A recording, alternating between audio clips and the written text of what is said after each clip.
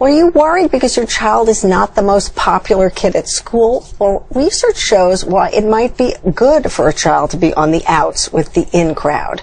Joining us now to explain some of the pitfalls of popularity is clinical psychologist and contributor at MomLogic.com, Wendy Walsh. Dr. Wendy Walsh, thank you so much for joining us. Thank you. So, I always assumed that it is better for your child's development to have a lot of friends, to be very popular, but you're saying that it ain't necessarily so.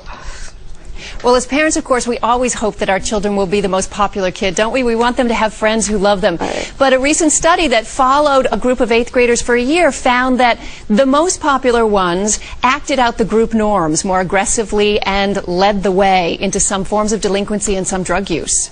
So what you're saying is the fast crowd, which is often the in crowd, is not necessarily the crowd you want your child to be hanging out with.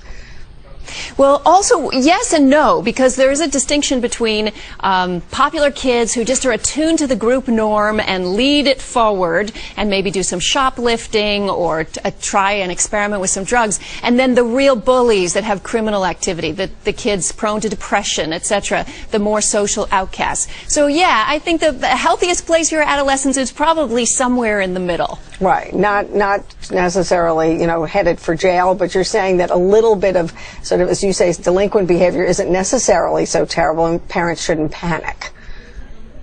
Well, obviously, it depends what the behavior is, and it depends what that norm is of the peer group. Right. Because at a certain age, I say that parents can't really influence their adolescent unless they change the peer group in some way. Right, and that may be necessary. I think that, one question is, at what age should you begin to pay a lot of attention to whom your child hangs out with? Because, as you say, that's who's really going to be influencing their behavior.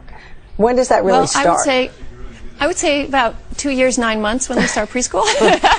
Well, and you just want to keep it up along the way. Yeah. If you're noticing, because what happens, as you know, is that in adolescence and middle school, that's where the school starts to separate from the parental involvement. That's where the kids start to make their social cliques. And that's a time when you would want to make your house kind of the hangout house. Mm-hmm. You'd want to be the carpool mom overhearing what's going on in the third row back seat and what they're talking about. Right. That's a time to just keep your ear to the ground to get a sense of what the norms and values are of the peer group, because they are influencing your child more than you are at that stage. And if you really hate what you're hearing in the third seat of the back of the minivan, how should you address it? Because of course this is also the age where you say black, they're going to say white.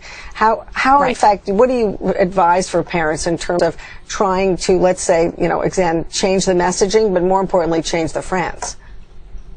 Well, step one is, of course, have the conversation with your child and reinstate your own family core values if you're feeling that the peer group is not reflecting your family values. Secondly, if you think that there is potential for dangerous behavior, then circle the wagons. Call the other parents. These are still children. They're 11, 12, 13, 14 years old, and they need intensive parenting at this stage. So call the other parents, stage an intervention, talk about it. A group of parents can really influence a peer group if they work hard. Now, if it's clear that they're being led into hell by some bad kids, then yeah, parenting can be very inconvenient sometimes, because it may mean changing schools, changing homes, changing neighborhoods, whatever you want to do to save your kid from going down a path that could be potentially dangerous. What if it's just that you really basically, I was talking to someone the other day who said, I really dislike the kids that my son is hanging out with.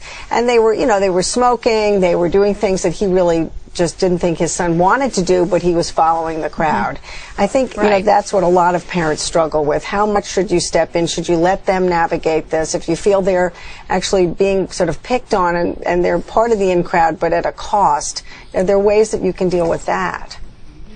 I think you have to kind of structure their independence. Children actually feel safe with boundaries. Yeah. They complain and they get upset and they say, "Stay out of my life, Mom, I hate you." They use that H word all the time with parents. But deep down inside, they actually feel safe because you care, right. because you have stepped in, because they're not strong enough to fight the peer group. And by the way, the example that you used of tobacco, an interesting point is that tobacco is the #1 gateway drug. Right. So those kids that are going to try tobacco really early will maybe the same kids who experiment with other things. Right. So, in fact, maybe finding some alternatives. I know this worked with my daughter at a point in her life when I felt that she needed a different group of friends, and so we got her involved with an extracurricular thing that opened up other opportunities for her socially. Is that something that you would recommend? Yeah, absolutely. In fact, all the way through their social development, it's important that they have different peer groups so that if they're having a bad year in school or even just a bad week in school, they've got their Girl Scout troop to go to. They've got their acting class that they do extracurricularly. They've got some extra team sports they do. And they have different groups of kids at each of these places. So that's really important. And some families are very open to a lot of different kinds of kids coming into their home. As you said before, other families are not. I mean, do you recommend that you really think about what your family style is and adjust it so that you can both accommodate the friends but also be willing to push them out and kind of, as you say, circle the wagons if your child's with the wrong group? Yeah, you know, some families are definitely too closed and some families are definitely too open. But what's most important is what is threatening the family core values. I happen to have grown up in a very open house where there was a motley crew of people at our dinner table every night. It was a free reign on any kind of conversation we were allowed to have. Topics were for everybody. But that's because our family core values were there. You know, we've practiced a traditional religion. Our parents taught us what their rules of conduct were. And it was an open system, but it was kind of a safe open system because if stuff came up at the dinner table that didn't reflect our values, our parents were there to sort of focus on it. Other parents try to protect their kids by keeping their world just a little too closed, and when they have guests over, everyone puts on their public personality and personal things are not talked about. But there's a big gray area in between, and it's about finding that balance between constantly reaffirming whatever your family core values are and understanding that your child is now starting to individuate and pick up some ideas from his culture as well. And they're going to integrate both when they become a grown-up. Great. Well, I think this is wonderful advice. It's very important, as you say, to find a balance and also don't give up because you really do play a very important part in your child's life, even if they only seem to be listening to those friends of theirs. So, Dr. Wendy Walsh, thank you so much for coming.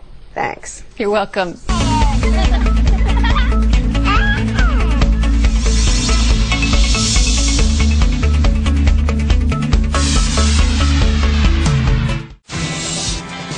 ABC News Now. Good to know.